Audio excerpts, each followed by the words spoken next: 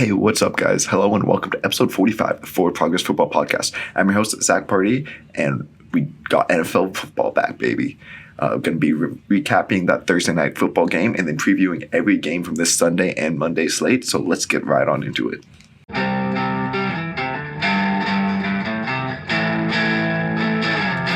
All right, so before we actually get into the recap, there's two pieces of NFL news I want to talk about that just happened. So first off, Eric McCoy, the starting center for the New Orleans Saints, got a 5-year contract up to $63.75 million. I think that's a great deal. He's a good player, well-deserved. The consistency at center is really key to success in a good offensive line. So I think the Saints got that now, and that they'll continue. They got a key piece of their foundation locked up for the next 5 years. Really good by them. On the opposite end of the spectrum, though, Lamar Jackson and the Ravens could not reach a deal. This is big news, obviously, as Lamar Jackson already at MVP at, only like 24 years old? 25 years old, my bad. So the 25-year-old quarterback, he should be an amazing quarterback for the next, hopefully, 10 years. But we're not able to get to contract agreements, probably because of his riskier playing style, like just taking all those hits. And Lamar wants that fully guaranteed contract, so they probably just weren't able to get to a conclusion on that, which I'm kind of shocked by. I thought that they'd be able to figure something out. We'll see at the end of the year if they will be able to hammer out a contract or if they're going to play the franchise tag waiting game with him. Hopefully not. He deserves the money. And yeah, storyline to keep an eye on.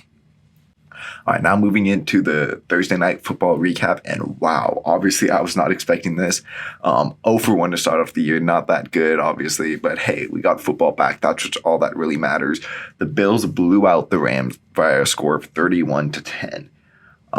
So I want to do my recaps. I kind of just want to highlight like I'm going to call them three ballers and three fallers from each team. Just kind of highlight the good and the bad of each team, even if they win.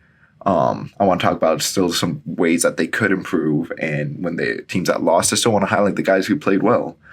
So we're going to start off with the Bills, Super Bowl favorites, just coming out firing on all cylinders. The offense was a bit slow to get started, turning the ball over. Well, not to get started. They came out firing first drive, but then after that kind of slowed down, had some turnovers, but really corrected themselves and dominated the second half. Much of that was because of Josh Allen. He went 26 for 31 with 297 yards, 3 touchdowns, and 2 interceptions, along with 10 rushes for 56 yards and a touchdown. The 2 interceptions, obviously, want to lower that a bit, but one of those was literally ripped out of Isaiah McKenzie's hands. Wouldn't really put that on him. The other one was just a great play by Troy Hill. And other than that, he was just absolutely electric. He's the MVP favorite for a reason. And this just continued to show us that, like, we are blessed to be watching such a talented quarterback play in the league at this time. And yeah, he just hyped us, everyone up watching that game. And also saw a quote that said that he was maniacally laughing every time he got hit. And like, wow, that's a guy who just wants to go out there and ball. You can tell he's having a blast, and he's just kicking ass out there, and it's so fun to watch. All right, my second baller I'm putting as Von Miller.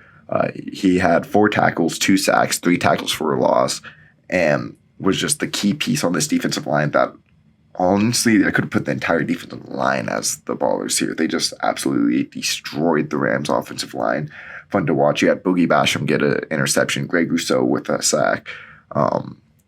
Jordan Phillips had a couple sacks too. There was this wrecking havoc and creating mayhem. Matthew Stafford was trying these no-look passes, trying to avoid pressure, but just was unable to this whole night. And a lot of that was mostly Von Miller taking advantage of Joseph Noteboom. And also you can tell the impact that he's having on the rest of the team, whether it be just him coaching them up and then also the attention that he's drawing to himself, therefore taking away from the other players on this D-line. This pass rush is going to be even better than what I thought. And then the last baller I want to talk about is Christian Benford. The 6th-round pick out of Villanova allowed 3 catches for 55 yards on 5 targets. And yeah, a 6th-round pick rookie starting against the reigning Super Bowl champions, going against mostly Allen Robinson and just winning the matchup all night. Obviously, he got beat a couple times, but for a rookie 6th-round pick, he played phenomenally. He was maybe their best cornerback last night, like with Trey White out. And I was concerned about the secondary going into the game. That's why I picked the Rams, because I was like, oh, these wide receivers just going to dominate. But no, I was wrong. This Bills secondary really stepped up, and they've got some promising young guys. Like Christian Benford played good. Dane Jackson, 7th-round pick from 2020, played great too. Kyrie Elam, he didn't see the field that much. Like, I think he still got like 30 snaps or so, but I was surprised that he was beat out by Benford. But hopefully Kyrie Elam can step up, the 1st-round pick from this year, and start playing a bit more. And yeah, the secondary is just coming together real nice. And then for the fallers, we have James Cook. He got 1 carry for 2 yards and a fumble. Just not what you want to see out of your 2nd-round pick. He didn't get any action in the passing game. Just it's a non-factor out there. Most of the running back snaps went to Devin Singletary, and then the passing snaps, which I thought Cook was going to get, went to Zach Moss. So just not a good rookie debut at all. And hopefully it has to be uphill from here. Like there's no, unless he just doesn't play again, can't really do much worse than when he put out there last night. And then my second faller is Dawson Knox. He had 2 targets, 1 catch, 5 yards, no touchdowns. He was just a non-factor out there, and I'm not entirely even like upset about it. He just wasn't really targeted because they didn't need to. Like the wide receivers were winning all night on the outside, no reason to target the middle, and he didn't really give Josh Allen a reason to be like, oh, let's throw it to Dawson Knox. And then my last faller is Ryan Bates. He gave up only 2 pressures, but he was just getting whooped left and right. Now, to be fair, it was Aaron Donald and then a bit of Greg Gaines doing that. Aaron Donald, obviously, best defensive player to ever play, arguably. So he's going to get his dues against Ryan Bates, who is a in-and-out replacement-level starter. But, yeah, Bates, I did think he stepped it up in the second half, but he had a 9 pass blocking grade per PFF, which is just absolutely atrocious. Like, I think like 60, somewhere around 60 is average. So this is just like he was just getting whooped left and right and didn't really show up on the box score because Stafford and this game plan was clearly get the ball out, Josh Allen, and this game plan was clearly get the ball out fast to make Josh Allen not a factor. And then they were also sliding protection over, trying to double team and triple team even Aaron Donald as much as they could. But so Bates' poor performance didn't really affect this offense too much, but it still like was a poor performance. That's what I want to highlight with this ballers and fallers segment is even though the Bills' offense was clicking, they're still like, okay, yeah, you can improve in that area. And then for the Rams, only putting up 10 points, getting blown out by 21 points in the season opener after winning the Super Bowl. Wow. But they still did have a couple players I wanted to highlight. First off, namely Cooper Kupp, just picking up right where he left off, man. 15 targets, 13 catches, 128 yards, and 1 touchdown, just being the dominant receiver that we know him to be. When Stafford was in jam, he went to Kupp, and obviously, like, Kupp balled out, and he had that one nice little screen pass creating after the catch. And then my second baller I'm going to put is Troy Hill. He was targeted 6 times, gave up 4 catches, 43 yards, and a touchdown, but he also had a nice interception. The Bills were going to get their due. These are some of the best wide receivers in the league, but Troy Hill looked a lot better now back on the Rams again versus when he was on the Browns last year, picking up right where he left off a couple seasons ago with the Rams, and should be one of their better outside corners. He was their best cornerback last night. So that was good to see that they are able to still have a strong secondary. I am concerned, honestly, about the rest of the secondary. We'll get into that a bit more later, but at least they have a nice piece there again with Troy Hill. And then my last baller is Darrell Henderson. He saw the majority of the running back snaps, which was shocking. I thought obviously Cam Akers would, and he did pretty decent. It was kind of hard to find ballers for the Rams. Like they obviously didn't have that good of a game. Henderson went 13 for 37 rushes, and then 5 targets, 5 catches, and 26 yards. But I feel like when you watched him, he just looked a lot better than that stat line. Like he was breaking tackles, running guys over, looking good out there. So yeah, good. Darrell Henderson stock up, but Cam Akers definitely stock down a bit. But Akers isn't one of my followers, mostly just because he didn't see a lot of action, so didn't want to give him that label. I don't know entirely what's going on there, but Matthew Stafford is my first follower for the Rams. 29 for 41, 240 yards, 1 touchdown, 3 interceptions, and then 1 rush for 2 yards. He just looked overwhelmed out there. As I said, he was trying to do these no-look passes. Actually, one of the interceptions was the one over the middle to Cooper Kupp that he overthrew. He was trying to do this like, oh, I'm looking at the linebacker, but going this way. And it's like, that, when it works, it's really cool. But when it doesn't, that's what's going to happen. Stafford led the league in picks last year, or I think tied with like Joe Burrow or Trevor Lawrence, I believe was the other one. And yeah, he looks like he's going to be around the same again. Hopefully he can clean it up a bit.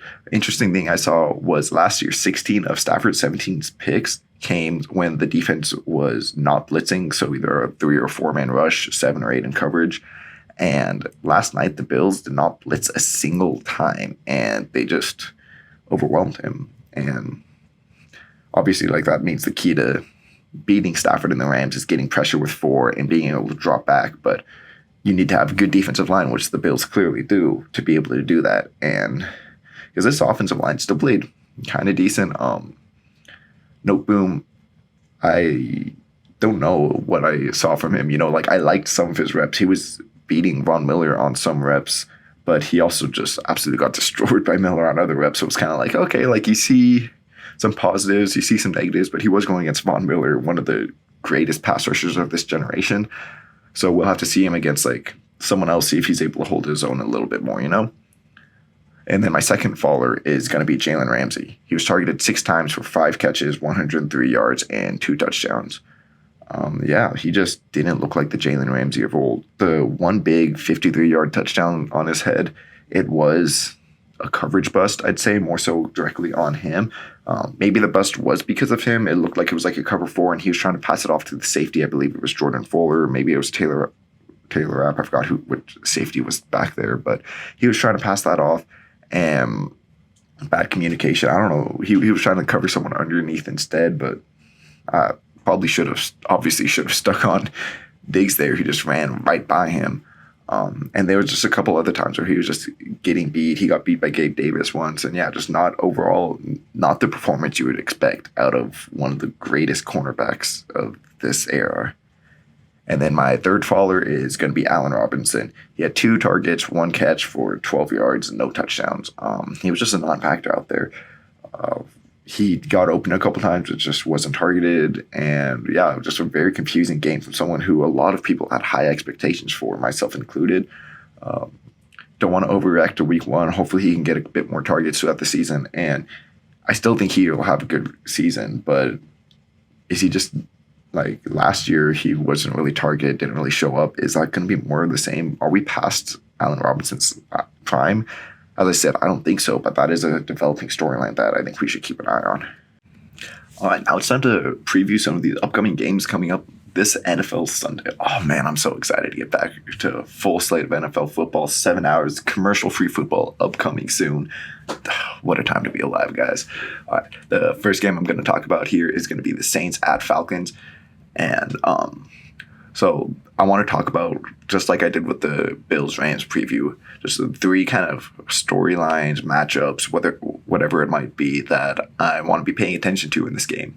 The first one is the 2015 number 1 and number 2 overall picks, Jameis Winston and Marcus Mariota, are going to be facing off. Winston coming off of ACL, Mariota coming off the last 2 years being on the bench. Who's going to have a better game? How do they look as the team's full-time starters? Excited to see that. The second thing I want to look out for is A.J. Terrell and Casey Hayward, a pretty good cornerback duo for the Fangs, probably like one of the more underrated duos, versus Michael Thomas and rookie Chris Olave for the Saints. So we got to see how that matchup's going to play out, who's going to get the upper hand. I kind of think the Falcons might actually have the upper hand in this matchup, but that's going to be one of the key, I feel, swing factors in this game. And then the last one is the opposite side. Drake London, he's currently questionable. Hopefully we get to see him. He might even be doubtful, though. So we'll see if he lines up week 1. But him and Kyle Pitts versus Marshawn Lattimore and then Paulson Adebo or whoever else they have covering the other player. I think Kyle Pitts will probably be covered by Marshawn most of the time. He's the number 1 target for the Falcons and is practically a number one receiver, so you should put your best cornerback on him and see how that plays out. I do like the Saints in this matchup, though. You got Marshawn, one of the top cornerbacks in the league, and then London's a rookie, and Debo should he's got like that up arrow on him. He should be ascending young player entering year 2 now. And then for the overall matchup, I do have the Saints winning and then also covering. If you look right there on the graphics, if you are on YouTube, when the spread is green, that means that I think that the favorite is going to cover. If it's red, then I think the underdog will cover. And then so moving on to the second game, we have the Ravens taking on the Jets. First matchup I want to look at is Lamar Jackson. He's coming off injury. How does he look versus this new look Jets defense that added a lot of talent, namely Sauce Gardner and Jermaine Johnson? You also got Carl Lawson coming back off injury. So how does that matchup look? Second, we have the aforementioned Sauce Gardner versus Rashad Bateman.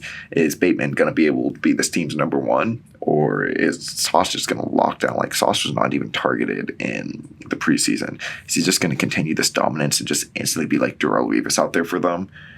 And then lastly, I want to look at this Jets defensive line versus the Ravens offensive line. The Jets defensive line is pretty good. You got Carl Lawson, John Franklin Myers, Jermaine Johnson. I really like Bryce Huff too. Solomon Thomas, Quinnen Williams in the middle. Got to see how these guys all come out, play out. Then we get to see the Ravens with new starting center Tyler Linderbaum. You got Ben Powers starting out there. Is Ronnie Stanley going to play? He's missed practically the last 2 seasons. And then a little revenge game for Morgan Moses. As for how the game goes, I do think that the Ravens win and cover that 7.5 point spread. The Ravens are just a far superior talent, and the Jets have Joe Flacco going out there. Third game is the Steelers going to the Bengals. The Bengals are 6.5 point favorites. First thing I want to look for is Mitch Trubisky. He's getting a fresh start. How does he look out there? Is he gonna is that year off in Buffalo sitting on the bench, is that going to help him out a lot, or is he going to still look like the old Bears Trubisky out there? Secondly, I want to see these Steelers wide receivers go against the Bengals DBs. I think this is a strength-on-strength matchup.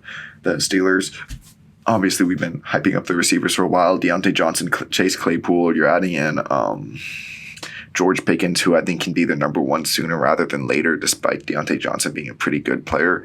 And then also Calvin Austin, another rookie, versus the Bengals defensive backs. You got Chidobe Awuzie. He had a really good season last year, was one of the best corners in the league. Eli Apple, who I think is very underrated. Like, he's average, like that's a lot better than a lot of number 2 corners.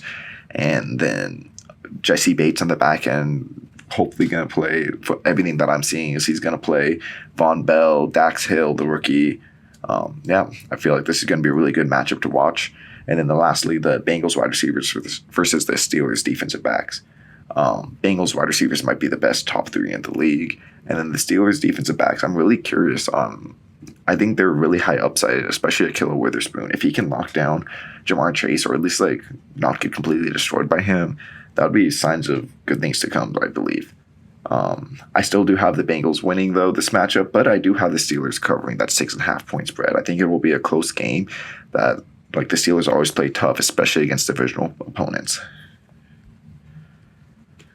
Next up, we got the Patriots going to the Dolphins, who are 3.5 point favorites. First matchup I'm looking out for is the Dolphins wide receivers versus the New England secondary. Once again, I view this as like a strength versus weakness matchup. The Dolphins, Tyreek Hill, Jalen Waddle, how is that explosive speed going to look? I'm obviously really excited for this, just like many people across the league. And I'm just not too confident in Jonathan Jones, Jalen Mills, and Miles Bryant being able to contain these amazing wide receivers. Second matchup I'm looking at is, how do these new offenses look? New England rolling out there. Both of these teams have second-year quarterbacks at the helm and new play callers, whether it be New England going out there with no offensive coordinator and I guess Matt Patricia calling the plays. Very interesting. We're going to see how that's going to work out. And they also have new targets like Devontae Parker, So just how is this offense going to look now? And then Miami's offense obviously got that whole overhaul with Tyreek Hill coming in.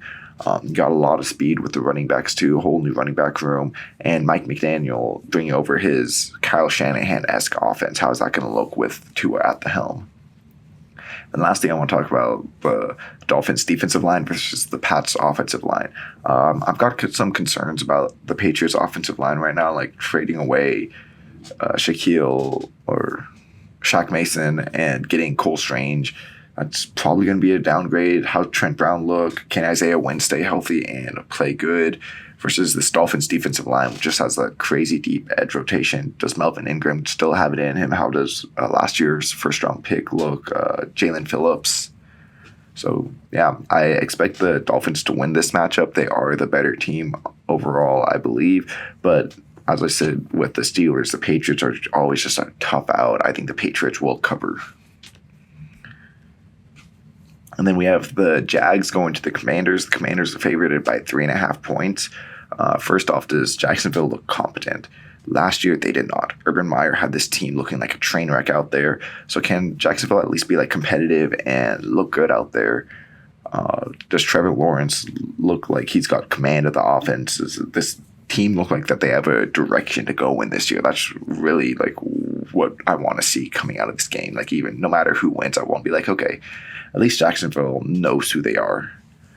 The second thing I'm looking at is Carson Wentz playing for his new team, and the last time he played the Jacksonville Jaguars was that Week 18 meltdown, which costed them to miss the playoffs, going against the worst team in the league last year, couldn't even beat him, and that caused him to get shipped off to Washington.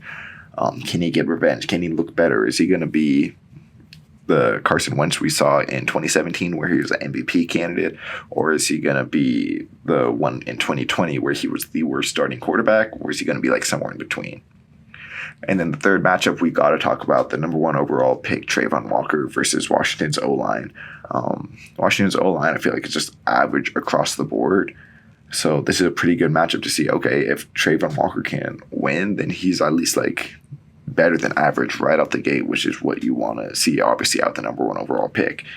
And I'm buying the Jaguars hype right now. I think that this team is a lot better, and Trevor Lawrence is maybe not year one going to be an MVP candidate, but like in the future, he's going to be one of these elite quarterbacks we're talking about every year. So I have the Jags winning and then obviously covering that spread.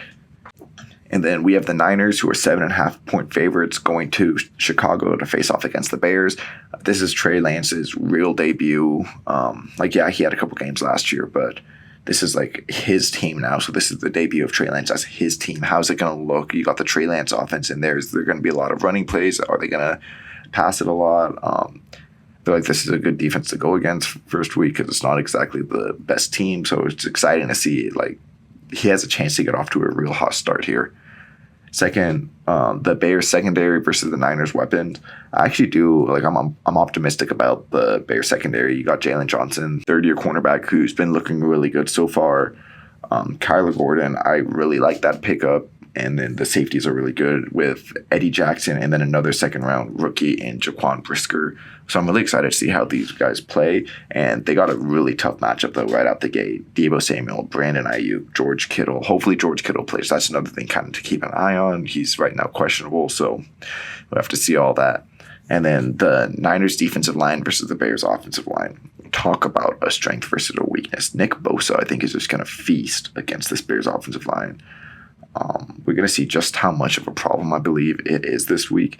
And I think the Niners, because of this defensive line and because of a good enough offense, especially hopefully Trey Lance can be more than good enough, but we'll have to see with that. But I still feel confident, even if Trey Lance is just all right, that the Niners will win and cover the 7.5 point spread. And then we have the Browns going to Carolina facing the Panthers, who are 2.5 point favorites. Biggest storyline here is Baker Mayfield going against his former team, Jacoby Brissett, on the opposite sideline, the man who's replaced him for now because Deshaun Watson isn't playing. That's obviously the number one thing to watch in this game. Can Baker use that anger, that chip on his shoulder, that they doubted me mentality that has fueled him, the underdog mentality that's fueled him in the past? Can he bring that here to Carolina and just dominate. I hope so. I want to see that. I want to see Baker just absolutely pop off against this team. And then how does Brissett look like as a starter again? Very middling quarterback, conservative. Does he kind of try to unlock it a bit more here in Cleveland with the Browns? Does he try to show like, hey, I can still be a starter in this league. I'm not just a backup caliber guy. And then we got the Browns defensive line versus the Panthers offensive line. Once again, a strength on weakness. Myles Garrett could just feast, especially against rookie Ike Mekwonu. But the Panthers have made some additions, like, as I said, Ike Mekwonu. You got Bozeman at center and Corbett at guard. This offensive line should be better, but they're going against a hell of a competition to see how they're doing.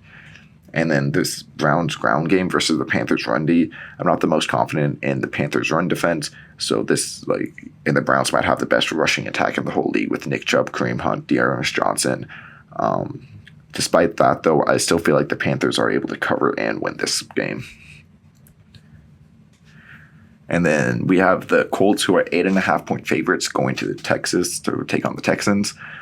Matt Ryan, how does he look in this new situation? Is he going to be the same quarterback in Atlanta that we've seen for years, like someone who's good but still leaves a bit to be desired, and it's just like can't get it done in the end zone for whatever freaking reason?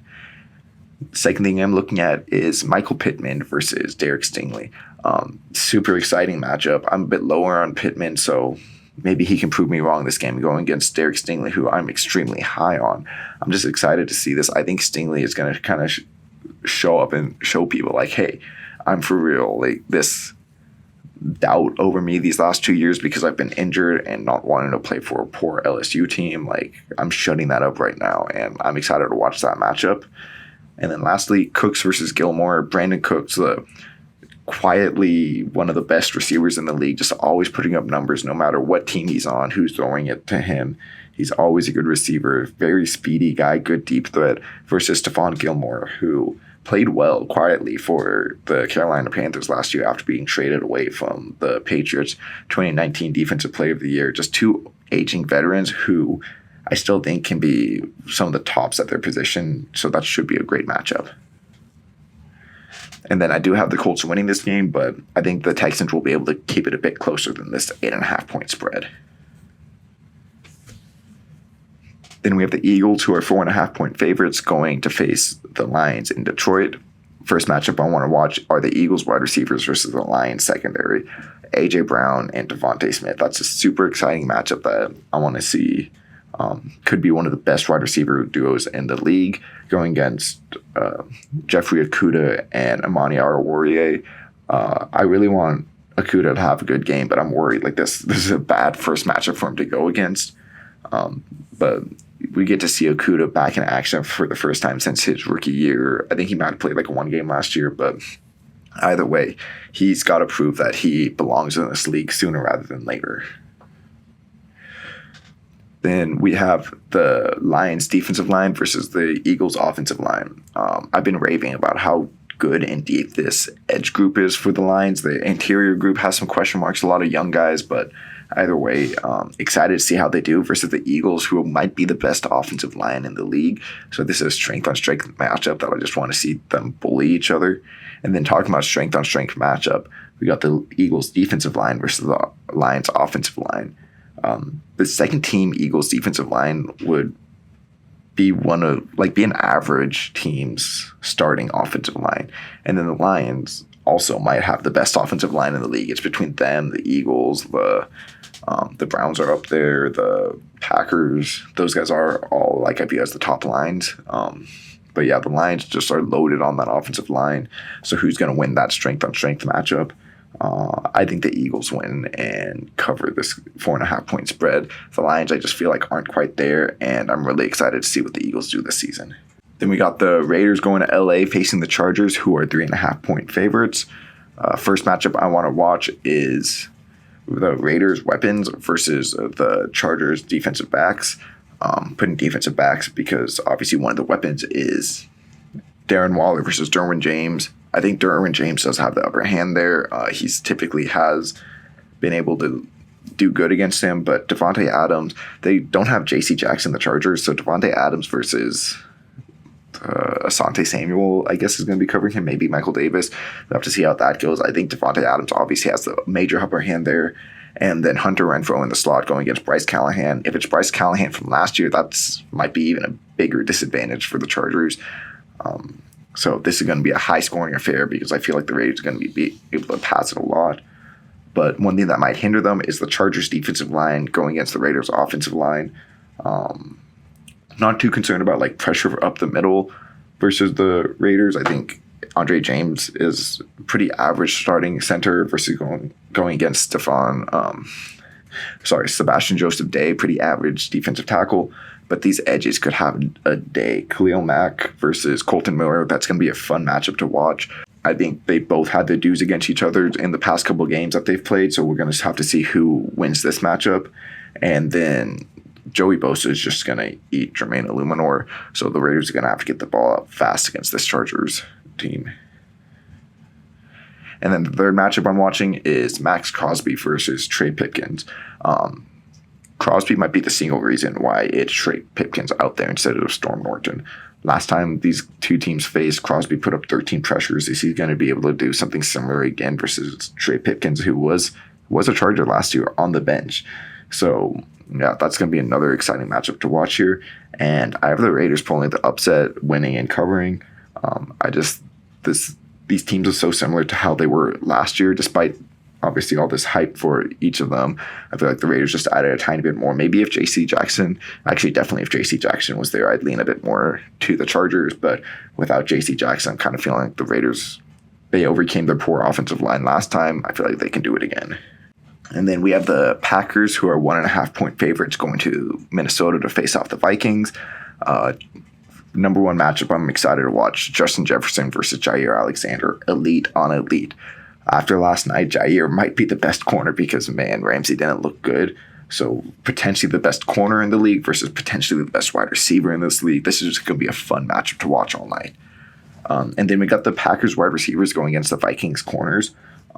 This is kind of like, instead of a strength on strength, like a weakness on weakness, like who's going to win this battle. You got rookie Romeo Doubs, week one Sammy Watkins, Alan Lazard going against Pat Pete, what's his face? Cameron Dantzler, and whoever else they're going to be rolling out there. And then we got the Packers offensive line going against the Vikings pass rush. This is strength on strength right here, I believe. David Bakhtiari and Elton Jenkins, I believe, last I saw, are slated to start week one, which is obviously very good, like boosting this offensive line instantly. Two of the best tackles in the league right now. Elton Jenkins can play anywhere, but I think he's supposed to be starting at right tackle. And then the Vikings pass rush, revenge game for Zadarius Smith, and then Danielle Hunter coming back healthy. Could be one of the best duos in the whole league. But despite that, I still have the Packers winning and covering that 1.5-point spread. It's a small spread, but I think the Packers are one of the best teams in the league and will remind everyone why they are such a phenomenal team. And then we have the New York Giants going to Tennessee, taking on the Titans, who are 6.5-point favorites. We're going to get to see Brian Daboll's offense, who's one of the best offensive coordinators for the past couple seasons, one of the most creative minds in the game, and taking over a new team as a head coach versus Vrabel's defense, who he was able to take all these backup players and underrated guys, unknown guys last year, and still have an overall solid defense. So this is just a strength on strength coaching matchup I'm excited to look out for. And one of the matchups I'm looking at most closely is the Titans defensive line versus the Giants offensive line. The offensive line for the Giants, I believe, is heading in the right direction. They got a couple key pickups, including Evan Neal, rookie first-round, 5th overall pick. So we'll have to see how he looks in his debut versus the Titans defensive line, who the interior looks good. Denico Autry, Jeffrey Simmons, that's a great interior duo. Probably one of the best. I'd have to look at all of them, but I'd assume like top 3 in the league at least. But the edge rushers are not looking good. Whether you have Rashad Weaver and Bud Dupree out there, that looks like it's going to be the starting duo. Just not too confident in that with Harold Landry going out for the year. And then the last thing I want to look at is Kayvon Thibodeau's. Hopefully he's going to make a debut here. Him and Azeez Al-Jilari are both doubtful right now. So hopefully, I hope that this third thing actually happens with Thibodeau's debut. I really want to see how he looks versus this Titans offensive line, namely their right tackle, Nicholas Petit-Frere, the rookie third-round pick. So rookie on rookie right there, kind of like who's going to win that matchup. Obviously, you would hope the 7th overall pick will win that matchup. But yeah, I want to see Thibodeau in his debut. Despite Thibodeau probably winning that matchup, I still have the Titans winning and covering. They're just a far superior team. And like the Giants, I think they do have some hope for the future, but not really as much hope for the present. And then we have the Chiefs being 3.5-point favorites going to Arizona, facing off with the Cardinals. How do these Chiefs wide receivers look against the Cardinals defensive backs? Kind of the same thing with the Packers. The Chiefs traded away their top wide receiver, and now they have a bunch of less proven guys, but I still think these wide receivers are going to be better than the Chiefs or than the Packers, obviously. And they get to go against such Cardinals defensive backs who honestly aren't that big of a strength. You got Marco Wilson, 4th-round pick from last year, Trayvon Mullen, who just got traded away from the Raiders because he couldn't start there, and the Raiders are one of the worst secondaries in the league. Next up, I want to watch the Cardinals wide receivers versus the Chiefs defensive backs. Trent McDuffie making his debut for the Chiefs, going against Marquise Brown making his debut for the Cardinals. How's that going to play out? Who's going to get the upper hand there? And then lastly, the Cardinals linebackers versus Travis Kelce. Travis Kelce is getting up there in age, but he still should have plenty of juice. And then these Cardinals linebackers, Isaiah Simmons and Zaven Collins, how do they look? They're young guys who have a lot of potential. Despite that, though, I still feel like the Chiefs are going to win and cover that 3.5-point spread. And then the Sunday night game, we got the Buccaneers as 1.5-point favorites going to Jerry's World, facing off with the Cowboys. Number one matchup I want to watch is this Cowboys defensive line versus the Bucs offensive line. The Bucs offensive line is trending in the wrong direction, but they still have a strong tackle duo. How do they face off against Micah Parsons and Sam Williams, the rookie, Tank Lawrence? Are the Cowboys going to be able to disrupt Tom Brady enough where he just can't function, or is Tom Brady going to be Tom Brady and this offensive line is going to pay above their pay grade? Number 2, we have the Tampa Bay wide receivers going off against the Cowboys defensive backs. I feel like another strength-on-strength matchup. Can Trayvon Diggs repeat his performance from last year, being one of the best cornerbacks in the league with interceptions, but giving up a lot of yardage? Is he still going to be that kind of corner, or is he going to be a bit more locked down, or is he going to be a bit worse with turnover luck? Very intrigued to watch that. And then Anthony Brown starting opposite of him. How does that look? And then the Cowboys wide receivers versus the Bucs cornerbacks. Bucs have one of the best cornerback trios in the league. And how's that going to play out? Are they still going to be good against the Cowboys wide receivers? Is Michael Gallup going to be able to start week 1? And then CeeDee Lamb, is he going to be able to be that dominant number 1 wide receiver? Personally, I'm really fading the Cowboys. I think they got a lot worse this offseason, and I think the Bucs cover and win this game. And then lastly, we have the Denver Broncos as 6.5-point favorites going to Seattle, going to Russ's home, facing off with the Seahawks. Russell Wilson, Geno Smith, number 1 matchup of the week. This is exciting because it's Russ going home, but Geno Smith, how does he look? Can he be like a competent 20th best quarterback? Like, that's definitely within his range of possibilities. And then Russ, new look offense. Obviously, new look offense. He's going to a whole new team, but he's going to be running this Green Bay style offense. Is he going to still just heavily target his outside receivers? Is he going to use the middle of the field more often? How does he look in this new offense? And then the Broncos wide receivers, how do they look versus the Hawks secondary? Broncos have one of the best wide receiver duos in the league with Cortland Sutton and Jerry Jeudy. Even though Judy's disappointed so far, I still have faith that he can step it up soon. And then the Hawks have 2 rookies starting or projected to start at least, in Kobe Bryant and Tariq Woolen. That's obviously like a scary thing going against one of the best wide receiver duos in the league. So hopefully they can step up, or if not, these wide receivers for the Broncos are just going to have a field day. And then how's this Broncos defensive line versus the Hawks offensive line? Bradley Chubb and Randy Gregory, the signee from Dallas, they should have an amazing night against these rookie tackles, Charles Cross and Abraham Lucas. But who knows if Lucas and Cross look good week 1, like that's a solid start for this young tackle duo who hopefully, like the Seattle Seahawks, are hoping are going to be the duo for the next 10 plus years. I do think the Broncos win this game, but I have the Hawks covering. Something about the revenge aspect, I feel like the Seahawks are going to buy into that a little bit more than Russ is, and Pete Carroll's going to want to hang in this game and make it a lot closer than a lot of people think it should be. All right, so that's going to do it for today's episode. Let me know what you guys think. Are you guys as super excited as I am for this week? It feels like freaking Christmas all over again. If you're on YouTube, leave a like, comment, subscribe. Let me know what you guys think there. And if you're on Apple, Spotify, wherever else you might be getting this, leave a 5-star review. And yeah, I'll see you all next time.